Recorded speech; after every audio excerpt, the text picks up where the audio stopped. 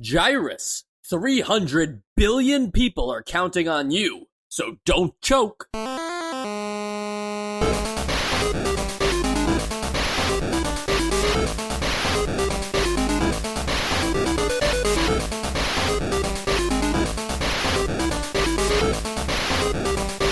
And welcome to Nostalgia, a chronological exploration of every NES game released in North America. I'm Mike. I'm Sean. I'm Joe. And I'm Sam. I don't know. I feel like there's got to be more than 300 billion people in a fully functioning galaxy that has like figured out not time travel, but space travel at the least. Yeah, but you only ever see our solar system, in which case you assume it's only the Earthlings, right? Well, there 300 could billion also be, Earthlings, like, okay. there Yeah, could that's be, a like, lot of couple Earthlings now. billion on like Mars at this point, but That's beyond true. that, I don't know if we could get any more. So Yeah. it's weird. It's a weird number. Did it say people, or did it say like life forms? People. Oh, okay. And it is AD 2500, so, is that how you would say that year, if we were living in that year? Just feels wrong. I think it'd to be say 2500. 2500, right? Because we were living in the year 2000, so I thought like maybe you would say 2500, but I like the year 2500 better. I feel like if you were like in the year 1900, you'd say 1900, right? That's what we used to say. That's yeah. also true. That's what we used to say. That's what we used to say. We never said we were in the year 1900 of our Lord. We should have, though. Only in our Lord. This is legendary NES shmup developer Konami. Don't be fooled by that Ultra Game stuff. This was developed by Konami. And the reason why I say legendary NES shmup developers, specifically because a lot of their games have a great chance of being on our essential games list. Life Force, Gradius, even Stinger was on there for a minute. So sky's the limit, or maybe Solar System's the limit in this game for what they're capable of. Yeah. Uh-huh. And I did say Gyruss at the start of this episode. We kind of joked at the end of last episode, how do you say this? I went on the arcademuseum.com to find out how to pronounce Gyruss. And basically people were saying, well, it's not Greek, so you wouldn't say it like Gyruss. That's what I was saying. That's It all might that have they been. could. Is that all that they could rule out? Just that it's not Greek. I think eventually the conclusion was Gyruss, but I guess there's no reason why it can't be Gyruss. Yeah, I mean, if it means anything, whether or not there was actually like a real way to say it, I'd still say Gyruss. That's all I need to know. So two people can't be wrong. That's the fail-safe system around here. Yeah.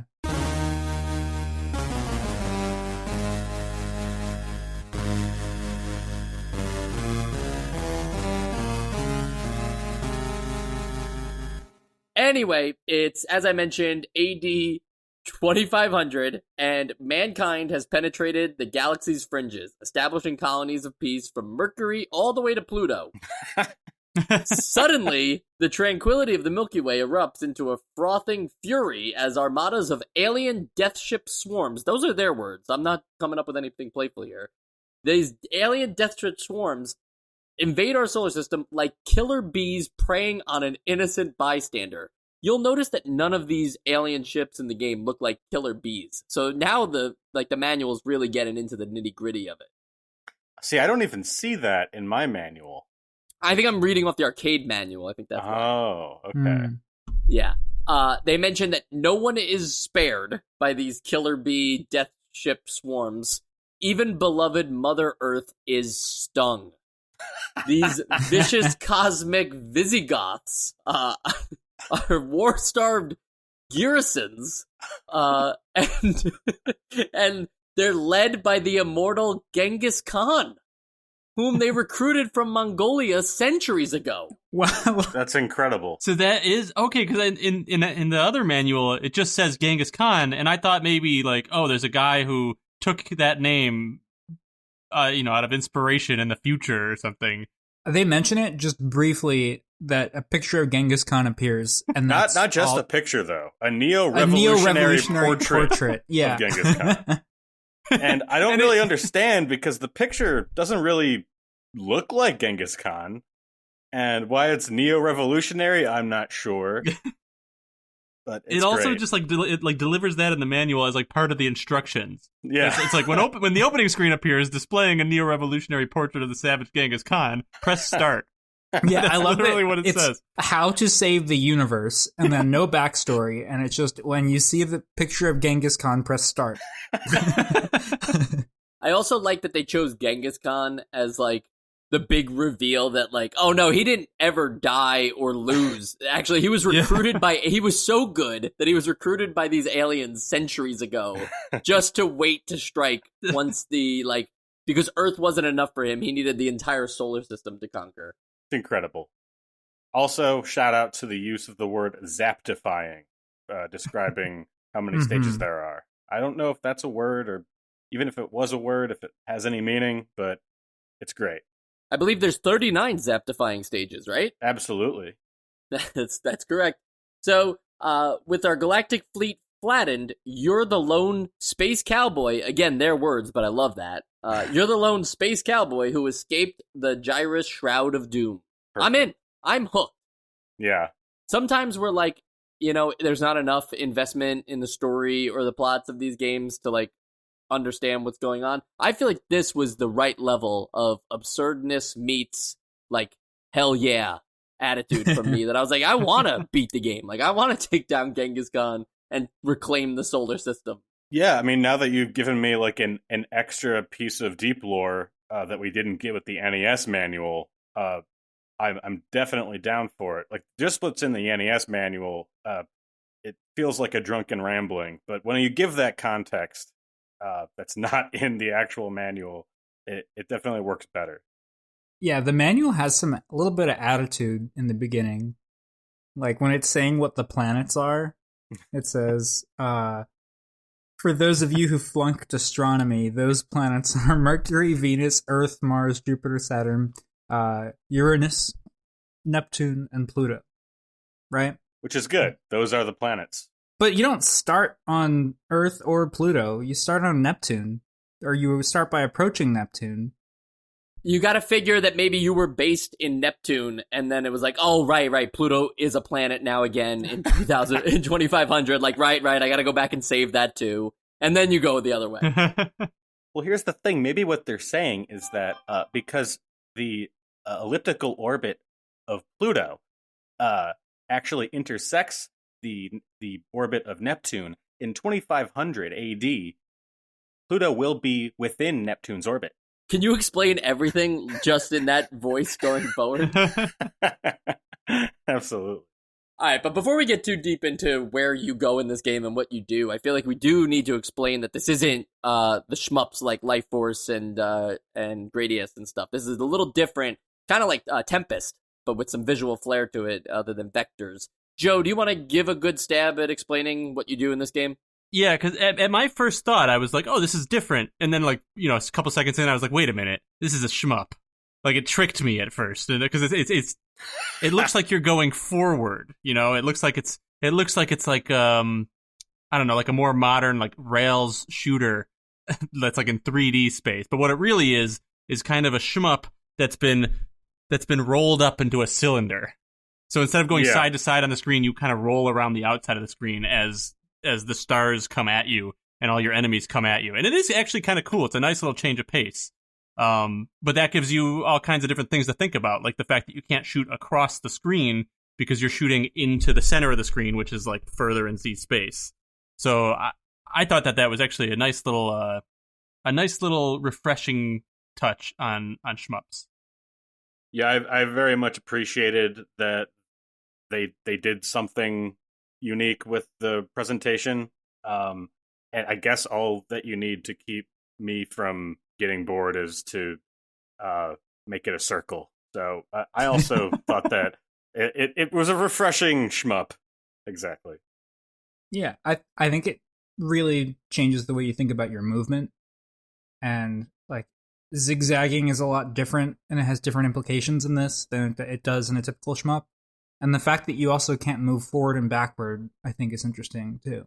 Yeah, so you're going around in a circle here, and I think we should talk about that decision a little more of being able to only control your ship in a circle, because they do give you two different control choices, Control A or Control B. The difference being Control A, you actually use all 4 D-pad buttons. So this way, as you make your way around the circle, you have to switch between using the left D-pad, the up button, the right.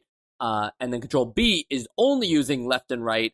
And at times that can get tricky too, because you might be at like, 3, you might be at 3 o'clock, and now all of a sudden left suddenly might feel different than going right if you were locked in that space for a second. Yeah. So you do have to kind of keep track of where you are. Did you guys have a preference, Control A, Control B? I'm actually surprised that they made Control A, which is the more context-based control scheme, that they made that like the first choice. I guess like now, whenever I can't even think of a game in which this is sort of like you're always going around in a circle, but I would assume that it would be this Control B, where you just move left and right, and depending on where you are on the screen, that's going to move you clockwise or counterclockwise. I prefer Control B because it's sort of got like, it just has that one rule, clockwise or counterclockwise. Though I guess Control A may make more sense to some people, that like it's more of like an absolute direction. But yeah, definitely Control B for me. Yeah, I tried Control B first, and I liked it, but it did get confusing when a little bit until you get used to it. When right, I don't remember which one's which, but let's say right takes you clockwise and left takes you counterclockwise. Suddenly, when you're at the top of the screen, that feels reversed. It's not, but it feels when you hit right, suddenly it feels like you're going left. Oh, well, you are going left, but you're going to the ship's right. You know what I mean? So that would get confusing once in a while. So I thought, okay, let me start over, and I'll try it with Control Scheme A, because then I can just press the direction that I want to end up in. If I want to end up on the left side of the screen, no matter where I am on the screen, I can press left, and it'll take me towards that side of the screen. And I liked it for a minute, but I pretty quickly went back to the first Control Scheme, because I think the problem for me with Control Scheme A is that it's harder to be fluid, like to have fluid motion, because if you press up, once you reach the uppermost point of the screen, you do an abrupt stop in any direction that you're going. So that kind of while the other control scheme might have a little more of a learning curve, I think you have much more of a handle over it with that. Yeah, it's essentially the same like argument for like if you're playing like an old school survival horror. Not quite as old school as Friday the 13th, but like Resident Evil, where whether you're doing tank controls, which again, it's just clockwise or counterclockwise, or if you're doing like absolute directionality of whatever camera angle you have, I think it's sort of, you run into the same problems with both, where you can get turned around basically with the tank controls, but it's basically more consistent, at least in my opinion. I don't know if you guys see the same similarities there. I think that all makes sense to me. I was a Control B guy as well, but I also think like this might not have been just the best decision for a control scheme with a D-pad. Like for a D-pad, it suffices. I don't know what they even did at the arcade, to be honest, but it feels like the actual correct way to play this game would be with a wheel, right? And just spinning around in a wheel to understand the direction at all times. And like that's something they could have done at the arcade, I suppose, but I don't think they did. That's kind of what I'm looking for. But I wonder, can you guys think of a better way to handle controlling yourself around the ship? It would take an analog stick, I think. If it's just going to be D-pad, I think it has to be one of these two situations.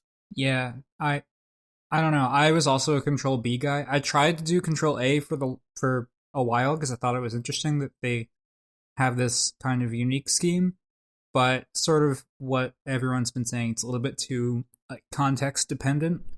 Like if you're on this side of the screen, then up will send you up in this direction, but if you're on this side of the screen, up will send you up in the other direction, and it just got a little bit too confusing for muscle memory's sake for me.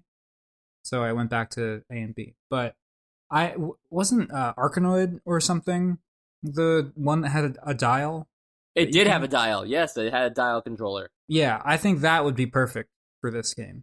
I wonder if it would work. It's an NES controller. I would love to try that.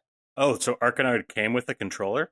It came on the NES with a dial controller that you could plug in, and that's how you could play specific to Arkanoid, but I don't see why it wouldn't work if you plugged in. I mean, it only has one other button, so you wouldn't be able to use your special power-up, but you would be able to fire the blaster, theoretically. Interesting. But maybe you wouldn't even be able to start the game. I don't know. I don't have that controller. Yeah, but I think if they had made it like that, but with another button, I guess. Yeah, totally. Another interesting thing about being in a circle, and I think Joe touched on this when he was explaining the game, is that the enemies, they fly in mostly from the outside. Some come directly from the center. But when they fly from the outside, as far as I could tell, they actually don't hurt you on their way in. Like, you can't accidentally be surprised by, like, a jump scare alien ship that then, like, hits you immediately. Like, they get to fly into the center, and then as they get closer, as they work their way from the center back to you, that's when they're on the attack. But where they place themselves in the center matters, because you're shooting into deep space, so you can't just be on, like, the left side and hit something on the right. You'll just shoot into the left side of deep space. You have to go over there, and it's a little more precise than what we're used to usually with shmups that are either horizontal or vertical, because those you just shoot across the screen, and if it ever makes contact, it makes contact. This, you're kind of shooting into a void. So I like the enemies can't hit you right off the bat and just, take free lives from you.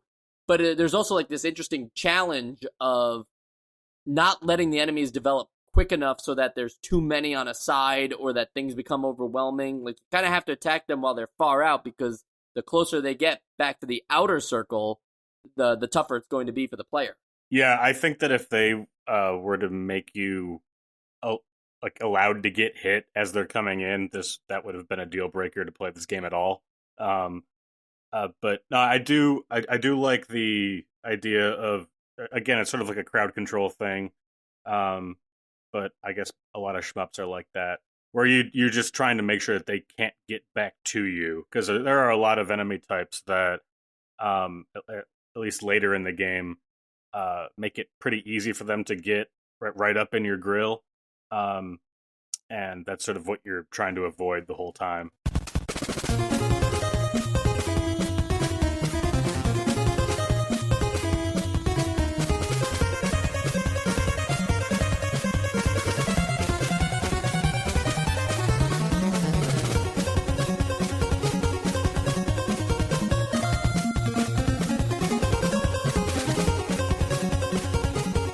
There's also this weird design decision, though, that, like, and I don't know if it's because the game is an arcade game, so it's mostly based around points, but if you're not on the same, plane as those enemies, let's say you're at the bottom of the circle and they're approaching from the top, they're just going to kind of continue to drift out into the corners of the screen until they are no more, and there's no penalty for missing them.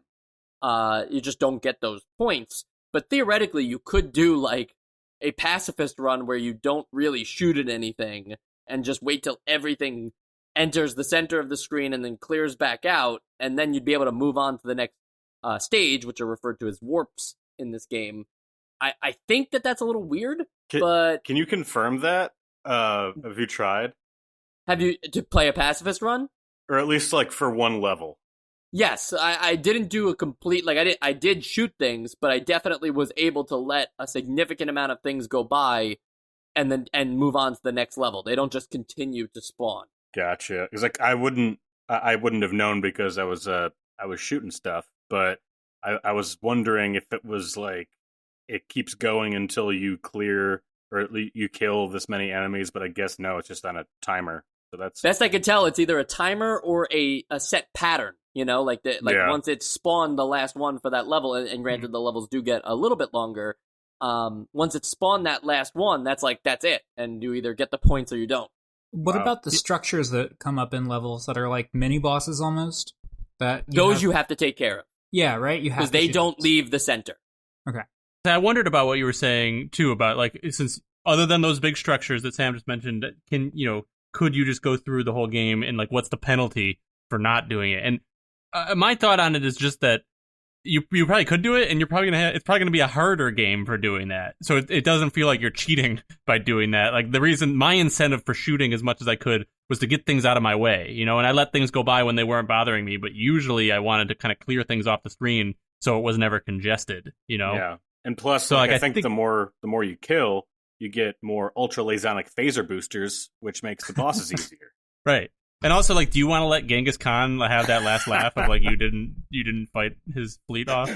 And anybody you let go by is just going to go back to Pluto and clear out that house because you're not there anymore. Right. Yeah. Do you think that if you let them go by, but then you wind up getting to Genghis Khan, that that's it? They're just going to give up. They're going to be you know what? We're done taking over Pluto. Actually, this war was for naught. Yeah, I think there's an alternate ending. Yeah. Yeah, they just keep going out into deep space. They don't stop. Since we're talking about the game here, I feel like we missed the biggest thing, the eye-opening moment for me at least, starting this game and hearing Toccata and Fugue in D minor. Wow, that was impressive for NES sounds, but also just really brought on the okay, let's do this. I am ready to take down this dreadful fleet of enemies. And then the rest of the music is pretty playful and exciting, and it's a fast boost of stuff. But I don't know, there was an adrenaline kick to that 8-bit version of Toccata and Fugue. Yeah, no, I like the music. I didn't recognize it. I don't know how I didn't recognize it, but it is very energetic. And Sam, you're telling me you felt nothing?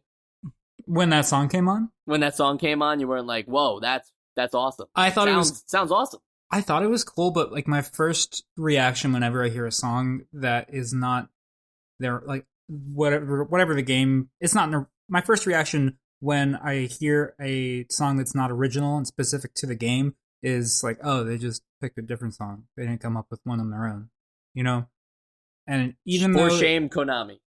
I mean, a little bit. That's just how I react to it, because I feel like you have the chance to set the stage for this game. It's your game. You did the art. You did the gameplay, the coding, all of it. Why would you use someone else's song in it? That seems a little weird to me. I don't know. I mean, I kind of thought a little bit of that, especially, honestly, particularly because it was such a recognizable song, and it's just so, it almost feels like a parody at this point because that's, in everything that's supposed to be, ominous. It's that it was maybe that choice that actually threw me off a little bit, but I'll say that I completely that doesn't bother me at all because of how good I think the rest of the music is in this game. I think it's pretty good. Yeah, there's something about the music in the game, because it's so fast and fun, it complements the stages well, too, because we haven't talked about this, but the stages are pretty short bursts of enemies, and you can clear through warps pretty fast. I'd say it's maybe a minute and a half of total gameplay for a warp stage before you move on to the next one, and that was really refreshing, that it wasn't a 5-minute long stage and there's 39 of these and it's going to take forever. And granted, do the math, it is still a very long game, but I liked how quick and energetic it was at the start to allow you to flow. I think you can get from Neptune to Pluto relatively quickly. Yeah, I appreciated that, and the between planets, which basically are just the boss battles. They do sort of change up the. I mean, the basic gameplay doesn't change from level to level, but at least they will throw different patterns at you, so it's not a minute of one thing and then another minute of the exact same thing. They do some things to spice it up. Between these mini levels or warps, I guess. But I guess they could have also just squished them all together and it would have just been 9 or 10 5-minute long levels. But I guess there's no reason to do one or the other. But I did like the bite-sized nature of them. I also think it was cool the way that they made a few levels between each planet, but still the planets being recognizable landmarks were a nice little bookmark for you, the player, to make you feel like you're making progress. For sure. Yeah, that's what I was gonna say. I think it's more about the progress in the decision to make it bite-sized. I don't think that's something that would work for every game. I think Bionic Commando would be really weird if they were just like short 1.5-minute levels and then you just kept moving across. You're like, I'm doing something. You know, in games like that, it kind of does help to pad out the levels to make them feel more epic. This, I don't know, something about like the way you clear out ships, the music, the the speed at which you're moving at too around the circle to take care of the different enemies. It just felt like it worked really well for being bite-sized, and also with the arcade nature of the game, just made everything feel like it was moving a lot quicker than it probably was. Because 39 stages is an awful large amount of stages. Yeah, and it's just nice to like, while they have like the different stages between the planets, it's just nice to not necessarily just be like, all right, I'm on stage 1 and I'm about to be on stage 2. It's like I'm at Neptune. Like I can contextualize that, and it makes it feel a little cooler. Yeah, it feels more like a journey. Yeah. I also think it's like if you die, and I don't know, in other games, going back to the beginning of a level is like a really like weighty penalty. And I didn't really die that much in this game, so I'm trying to think if that's the penalty for a restart or a game over. But just something. You're asking when you get hit? Not when you get hit, but when you run out of lives, then the whole game. Oh, I think over? when you run out of lives, I think that's game over. That's game over. Okay, then I just never mind that. But but I also enjoyed the bite-sized nature of it, and it does feel like you're progressing really well. I also appreciated that it in the beginning, you can kind of see a pattern of what the bosses are like, where I think the first 2 are just blow up these little eyes, and then you move on to another boss, and it's just got more eyes that you have to blow up. And they more or less stuck to that, but there were a few planets that had something new. Like I think Earth, you fight 3 other spaceships that are kind of like you, but coming from the inside. And I forgot what planet has a boss that's like an orb with arms. Oh yeah, that was I think that's either the end of Pluto or the end of Uranus. Yeah. So I appreciated that they didn't just stick to the same skeleton for each boss, even though a lot of them are kind of the same, just with more bulbs. Well, would you be shocked if I told you that boss battles were added specifically for the NES version of this game? They didn't exist in the arcade. That I didn't know. The arcade version didn't have boss battles, and also didn't have the Super Blaster. I don't know what you called it, Sean. You had a very fancy name for it. But that B button that does like a super powered attack that can kind of just kill enemies in one shot, that didn't exist in the arcade either. And I feel like that's very surprising that the NES got things that the arcade version didn't. So you're telling me that the arcade version only had the Neo-Teutonic Cannon or the Neo-Bomblastic Cannons? There was no Ultra-Lasonic Phaser Booster? There were no Ultra-Lasonic Phaser Boosters in... Can you imagine? Yes. I know, Joe, the nerve of the arcade version to just be like, you know what? This is actually just a game. Well, you know what? Because here's the thing. We haven't talked about it, but this arcade game is old. Like, the NES is getting this game in 89, but I think it came out in, like, 83, the arcade, and was clearly doing, like, Tempest meets Galaga. So, they probably just didn't think that they needed much more than that, considering what was successful at the time. But I think it's just wild to think that we're always ragging on NES games for being like, well, the arcade version, the graphics look better, and it has more going for it, and it's more fun. I don't know. Here, I'm actually shocked that, like, the NES version is, like, the feature-complete version of this game. It's another... The word of the day is refreshing, that we're not playing the dregs.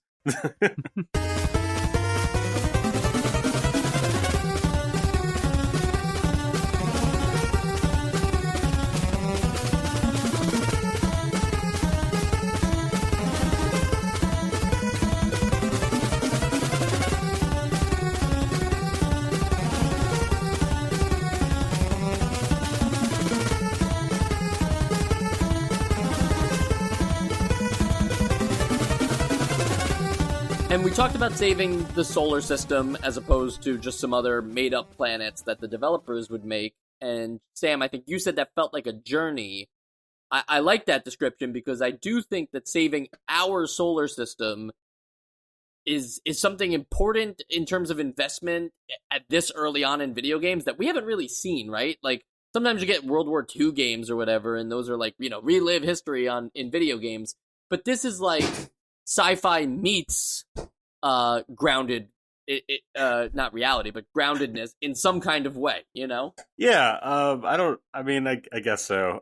If you don't read the manual, and especially if you don't have the extra appendix that you have, it just looks like you're shooting at aliens until at the very end you have to fight the sun.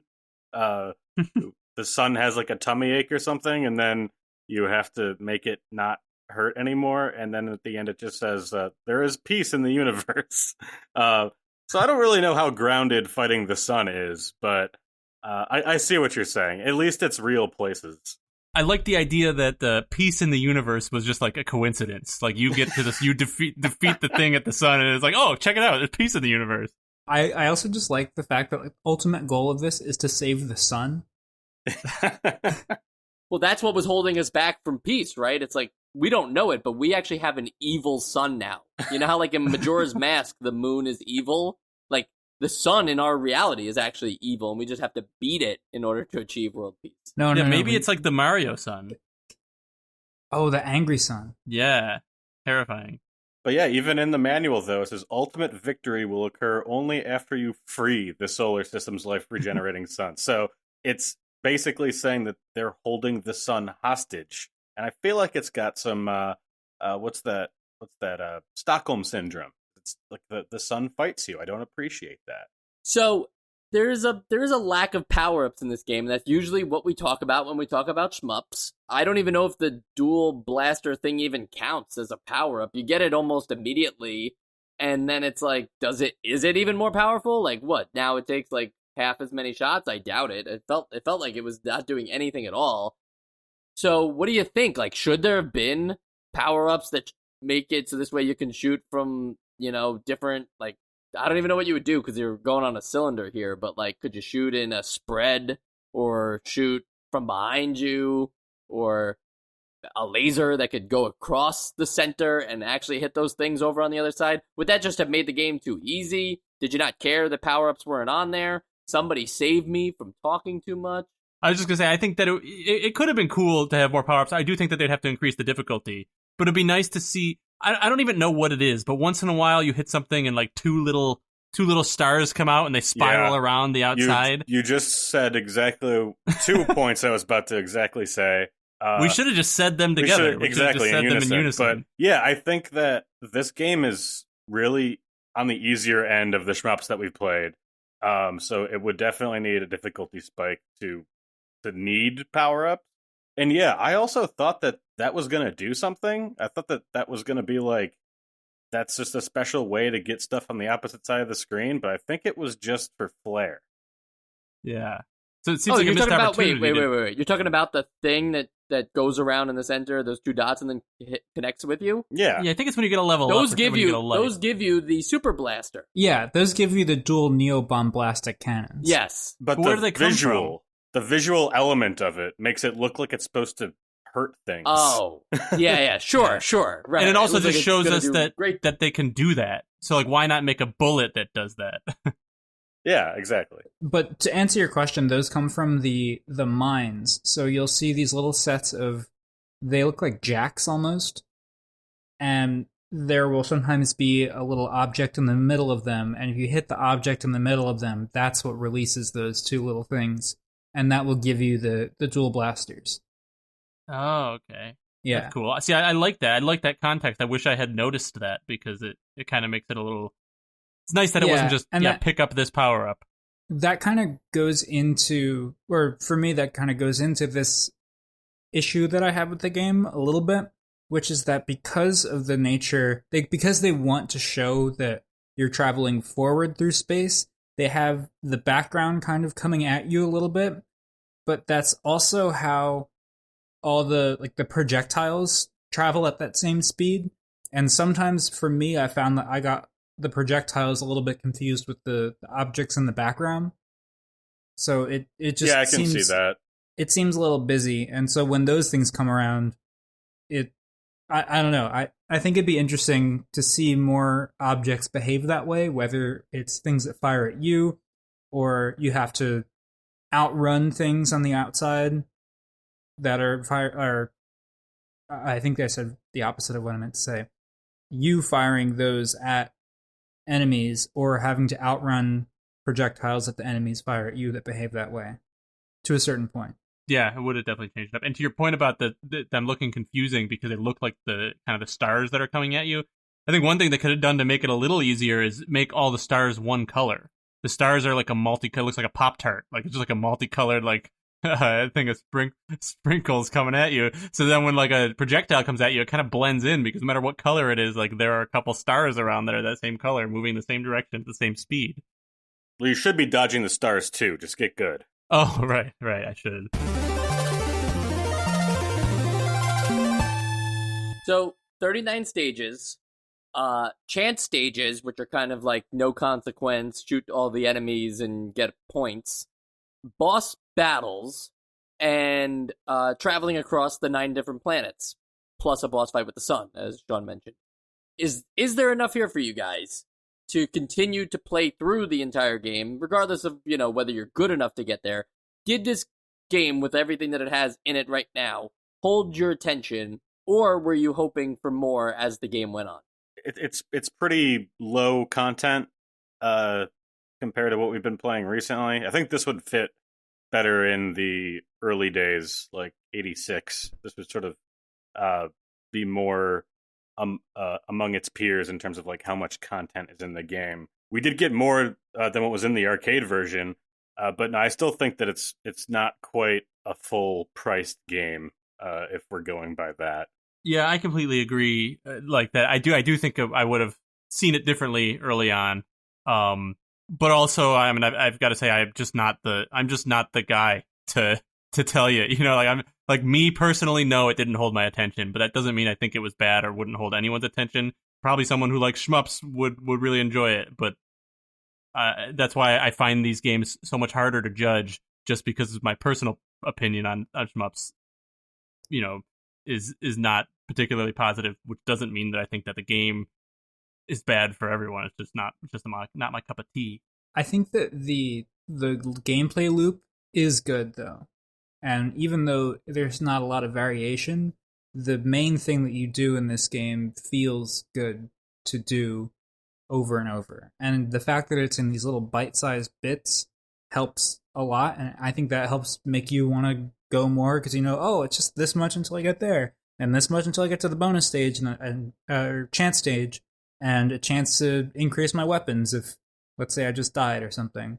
And I don't know. I feel like there isn't a lot in it, but it still makes you want to play just a little bit more, and then that kind of becomes a little bit addictive. And also, it's not Pac-Man mow your lawn levels of satisfying, but there is something satisfying about clearing things out from the center and the short bursted nature of the game. Yeah, I think it did give me that satisfaction for a little while and make me want to keep going. But I think that the loop being repetitive, which was fine, but combined with the difficulty never really seeming to get that much harder, didn't kind of made it so about halfway through the game, I was like, well, that was fun, and it was fun being repetitive for about half the game. Maybe it would have gotten better in the second half, but for me personally, I was like, okay, like, I don't think I need to keep going. It's funny because I would say past Saturn, all of a sudden the game does that thing that most people hate, where all of a sudden it just gets a lot more difficult. And I don't know if I wouldn't say it became like an incredibly hard game. It was no Ghost and Goblins or anything. It just, for some reason, after Saturn, felt like to me all of a sudden I was actually dying. I actually had to be like, oh, I'm probably going to run out of lives. Like, there's just something about that moment that I remembered, and I never beat the game in its entirety just because of the difficulty picking up, not because of me not wanting to beat it. Yeah, I think that was more of like a difficulty plateau. Like, there's only really 2 or 3 difficulty levels in this game. Like, after Saturn is definitely one of them, and I think once you hit Earth, things get a little more dicey. But it's much more. It's a much gentler gradient than I'm used to, and I guess usually I'm complaining about these games being too hard, but I think that this hasn't quite hit that middle level of challenge. Because I was able to beat the game. I was losing lives, but I was able to beat it, which is weird for a shmup for me.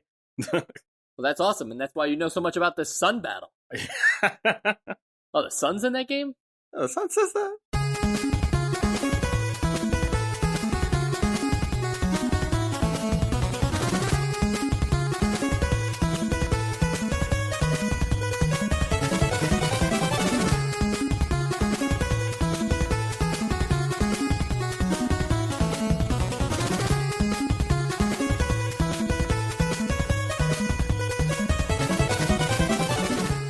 All right, development time.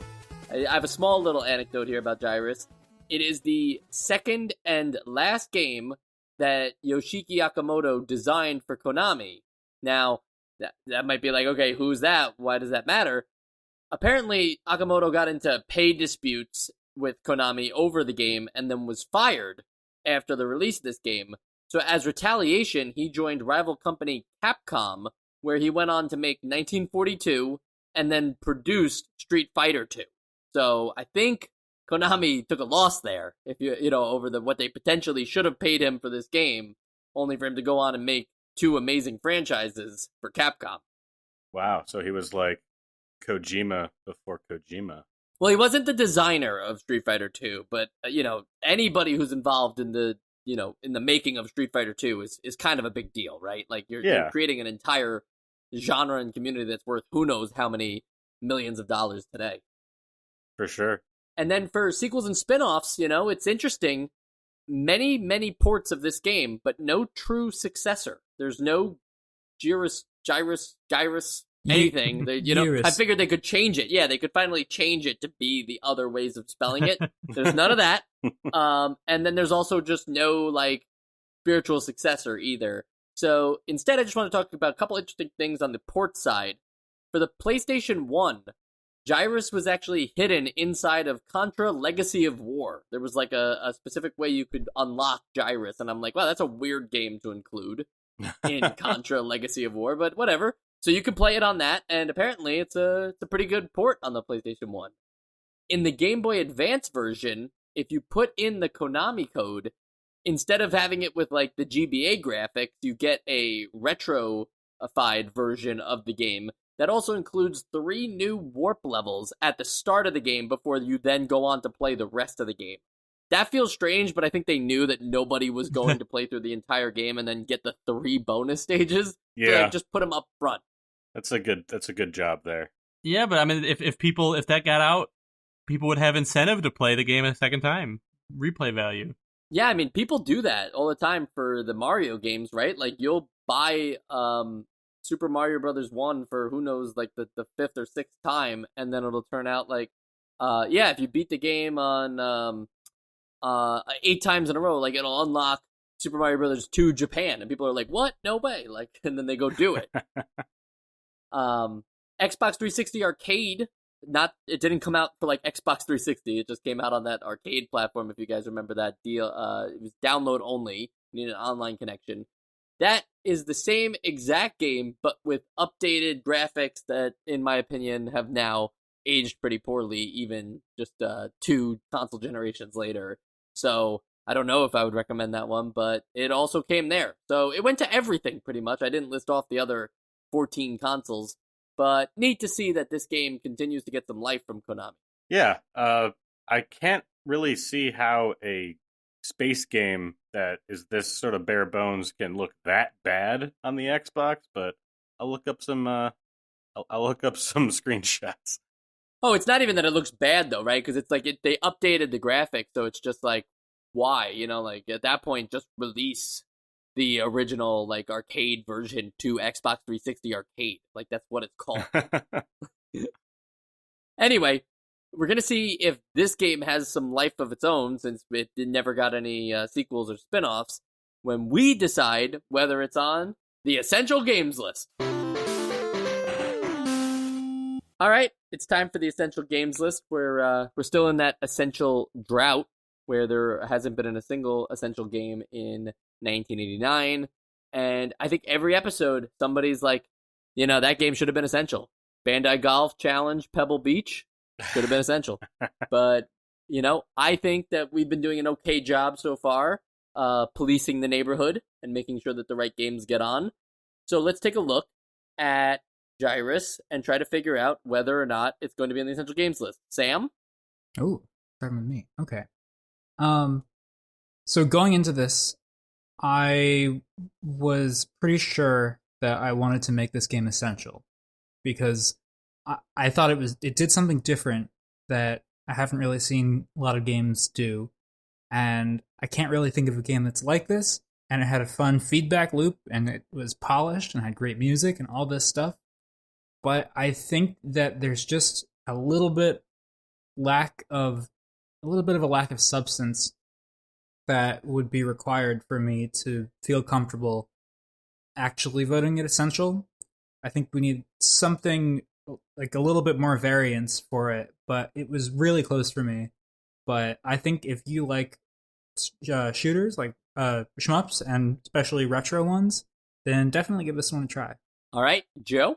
So I kind of touched on it prematurely earlier in the episode, but I have a hard time with shmups. Not just with playing shmups, but with voting for shmups. I did enjoy this game, but I wonder, did I not enjoy it enough just because I'm not a shmup guy, or did I not enjoy it enough because it's lacking? And I do think that in the end, as much as I think this is a great game, I don't think that necessarily means that it's a must for today. And I do think, especially now after I played it, I kind of was like looking around on like what people think about this game, and I do think that this probably will be one if it doesn't get on, which it looks like if I'm voting it no, then I guess it can't. But we probably will get some messages. So I'm not saying I'm not open to reconsidering in the best of 89 in like 30 years when we get there. But right now, I'm kind of with Sam. I liked it a lot. I think it was great, but I just don't think there's anything about it that's going to make me think like I want to come back to this over some of the other options we've had, or even just at all. So yeah, it's tough. Sorry if that's a little vague or non-committal, but it's hard for me to do it with shmups. That's fine. Sean, give us your vote. Yeah, I'm kind of with Sam, where I'd say that this is lacking some substance. I think that if there was a little bit more variety in power-ups and a little bit more difficult to accommodate for the increase in power that you have, maybe this would be one of my favorite shmups. But right now, it's kind of it's lacking in that regard. So I'm also going to say this is not essential. All right, 3 no's so far, but seems kind of close. I will say my mind was pretty much made up before we recorded the episode. We talked some things through, and I think that where I landed is exactly where I was after I finished playing this game yesterday. Something about this game, it reminds me of, you hear about games like Pac-Man, Galaga, Donkey Kong, those are really famous arcade games that, you can't get enough praise about them. But they're kind of like spoiled for you in a way because you either experienced them at a very young age or you just know enough about them. So by the time you get to them, there's not like, you didn't get that special hook, like everybody has seen how Donkey Kong is done. Everybody's seen how Pac-Man is played. So even if you're playing it for the first time, it doesn't feel as special. Something about Gyruss here felt really special to me as I was playing it, and especially as an arcade game. And knowing that the NES version, after playing the arcade version too, knowing that the NES version is like just an overall better version of an arcade game, something that we didn't ever think was possible when we started talking about, this would go on our essential arcade games list, but it can't go on the essential NES games list.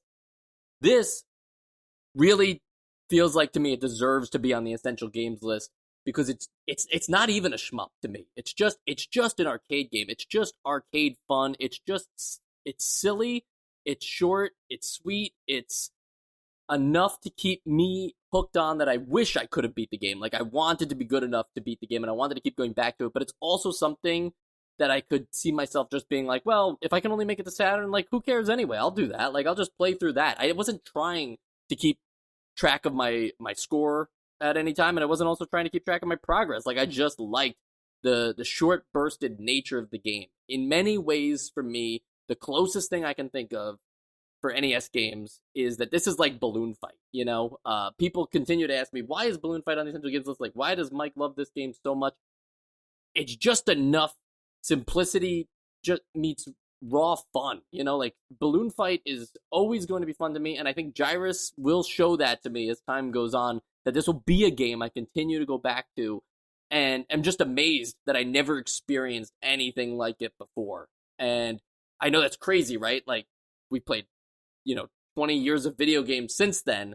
I'm not saying that this created a new genre or anything. I really think that this game just opened my eyes to an experience for an arcade game that I didn't think I could have after experiencing so many arcade games. So for that reason, Gyruss has to go on the Essential Games list for me. I think this NES version is better than the arcade version, and so I really don't have any complaints putting it on there. Wow. Well, I'm sorry we disappointed you. But you know what? It was close. It was close. We'll see what happens in Best of 89, but I think in the meantime, I think everybody gave solid answers for why or why not they couldn't put it on the list. And that's what this is all about at the end of the day. And it stays a play it. It stays a play it, right. And you know what I thought about recently, a little non sequitur here, though? We have our Essential Games list, which are the games that you should play. And then if it doesn't make the Essential Games list, it becomes a play it, which are the games that you should play. So, like, it's fun to have the Essential Games list, but you can still play whatever. Play it is an unofficial designation. So I know. Right. There's nowhere you can find those list of games on purpose. Essential is, I like the golden play it's. Then there's the golden play it's, and then there's the play it's. Yeah, where does Gyromite fall on that list? It's a bronze. Just it's just bronze. Absolutely. Well, I think we can all kind of agree that this is, one of the nicer surprises of 1989 so far. A lot of times, I don't think any of us knew this game going into it. Am I right? I had no idea what this was before I played it. I did not. I didn't either. No, I'd never heard of it. I also did not. That's just going to keep happening. We'll see what surprises us next. But we've got good games coming up, like another arcade classic, Q*bert is our next game of the week. So, guys, Q*bert, any love for the little orange man? I appreciate Q*bert. I've never actually played it, so it'll be interesting. Same here. And I'm just looking down the list for like what's the next game that would just surprise us. And I think it would have to go to Mystery Quest, because that's just vague enough that nobody could have any idea what that is about. Yeah, I don't know. What is Mystery Quest? I'm guessing it's going to be it's going to have some first-person parts in it, but that's just a guess. I think it's going to be like Gumshoe. A one-of-a-kind game as well. All right, well, I think that's all the time we have for this episode of Nostalgia. Thanks for joining us, and next week, as I mentioned, we'll have Q*bert, and then Tecmo Bowl, and then finally, a real RPG, Ultima 3 Exodus. So keep it here, because we've definitely got a lot more coming. We have that game jam, which you can hear more about in our post-show right after Sam's awesome ending song, which is kind of like the intro song, but just the second half of that, which is... It feels more like an ending. Do it that way. Yeah, it feels more... fanatic? Is that no? That's not a word. It has more finality. I'm a fanatic. Finality? Yeah, it has some finality to it. There you go. I'm a fanatic for Sam's music. I'm the Philly fanatic. He pisses off a lot of people, and so do you. So that makes sense. Absolutely. You can always find Nostalgia at NostalgiaCast on Twitter. You can find me, Michael Esposito, at Esposito Film on Twitter, and we'll be talking to you real soon.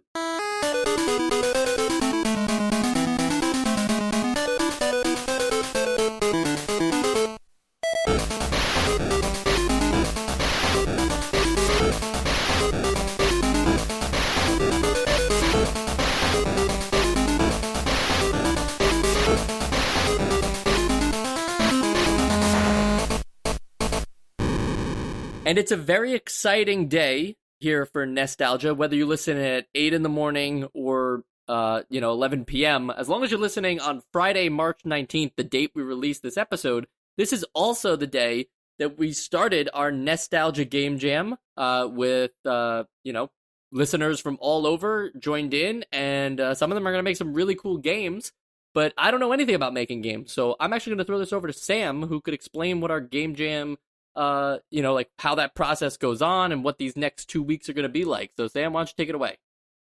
All right. Well, it's not quite 2 weeks that this lasts. So that's why I already threw it to you. I knew I couldn't handle the stress of explaining it. So the Game Jam goes from March 19th, which is today, if you're listening to this on Friday the 19th, until March 28th, which I believe is the following Sunday, next Sunday at 11 p.m. And during that time period, the goal is to conceptualize and then program and then publish a game that looks like it could have been an NES game. So all the games will be in 256 by 240 resolution. They should all sound like an NES, and the control scheme should reflect the NES controller in some capacity, whether that's, however you want to map the controls. There should be a D-pad, start, select, and an A and B button somehow incorporated into it.